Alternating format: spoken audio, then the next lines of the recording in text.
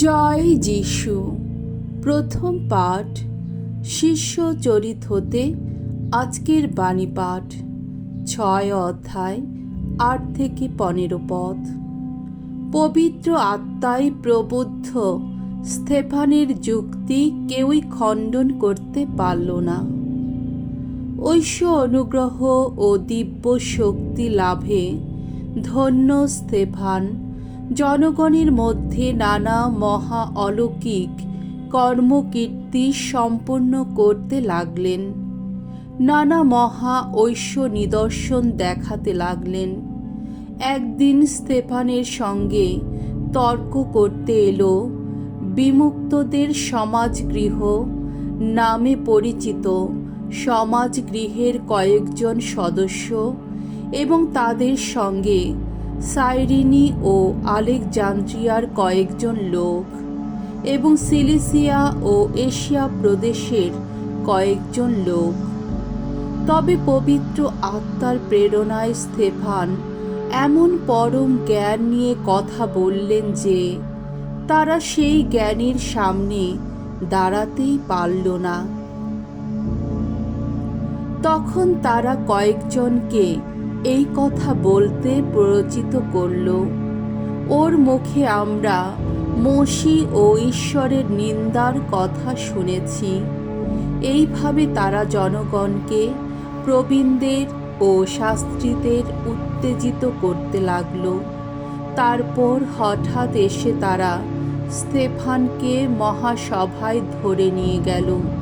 সেখানে তারা কয়েকজন মিথ্যা সাক্ষীও দাঁড় করালো। ওই সাক্ষীরা বলল, এই লোকটা সব সময় এই পুণ্য স্থানের বিরুদ্ধে এবং মসীর বিধানের বিরুদ্ধে নানা কথা বলে বেড়াচ্ছে।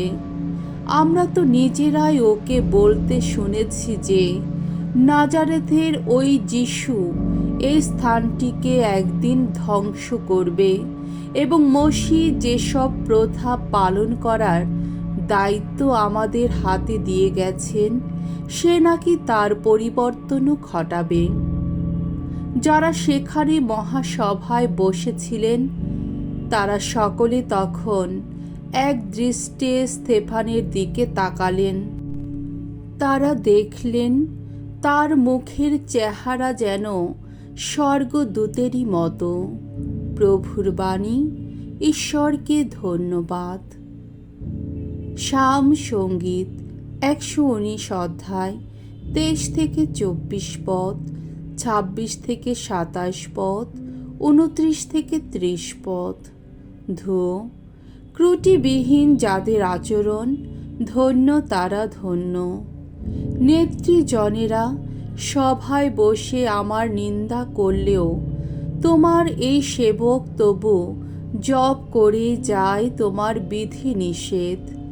তোমার ওই যত নির্দেশের কথা ভাবতে ভাবতে কত আনন্দ পাই আমি।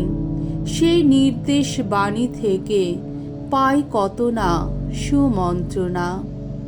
কোন পথ দিয়ে কোথায় চলেছি সবই বলেছি তোমায়, তুমিও দিয়েছ সাড়া। তোমার বিধি নির্দেশের মর্ম কথা আমায় বুঝতে শেখাও। দেখাও আমায় তোমার আজ্ঞা পালন করার পথ। অপরূপ শত কীর্তি তোমার, তবেই তো জপ করতে পারবো আমি। মিথ্যা মোহের পথ থেকে ওগো দূরেই রাখো আমায়। কৃপা করো তুমি, শেখাও তোমার বিধান। তোমার প্রতি বিশ্বস্ত থাকারই পথ বেছে নিয়েছি আমি। তোমার বিচার আদেশ পালন সেই তো আমার ব্রত।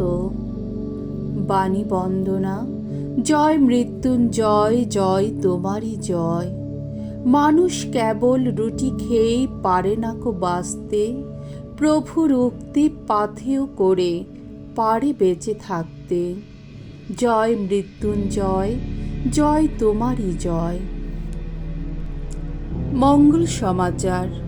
যোহন রচিত মঙ্গল সমাচার 6 অধ্যায় 22 থেকে 29 পদ।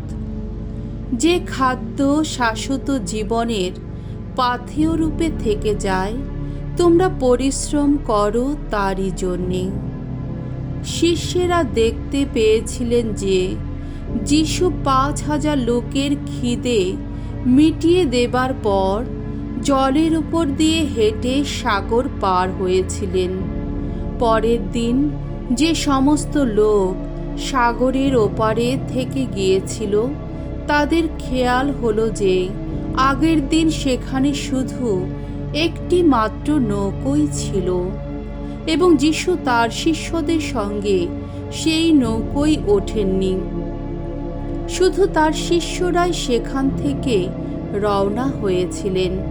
তবে প্রভু যিশু ঈশ্বরকে ধন্যবাদ জানাবার পর লোকেরা যেখানে রুটি খেয়েছিল সেই জায়গার কাছেই তখন অন্য কয়েকটি নৌকো টাইবেরিয়াস থেকে এসে ভিড়ল। লোকেরা যখন দেখতে পেল সেখানে যিশুও নেই, তার শিষ্যরাও নেই, তখন তারা সেই নৌকোগুলোতে গিয়ে উঠল আর কাফারনউম নগরে পাড়ি দিল যিশুর সন্ধানে। সাগরের অন্য পাড়ে যিশুকে খুঁজে পেয়ে তারা তাকে বলল, গুরু, আপনি এখানে কখন এলেন?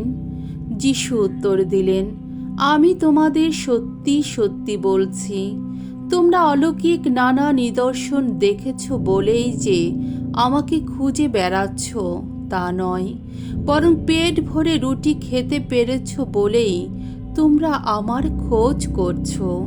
শোনো, যে খাদ্য নষ্ট হয়ে যায় তার জন্যে তোমরা পরিশ্রম করো না।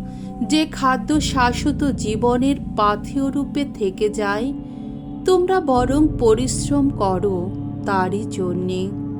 আর সেই খাদ্য মানবপুত্রই তোমাদের দান করবে, কারণ পিতা ঈশ্বর তাকেই আপন মুদ্রাঙ্কনে চিহ্নিত করেছেন। তারা তখন তাকে জিজ্ঞেস করল, ঈশ্বর যা চান তাই করতে হলে আমাদের কি করতে হবে?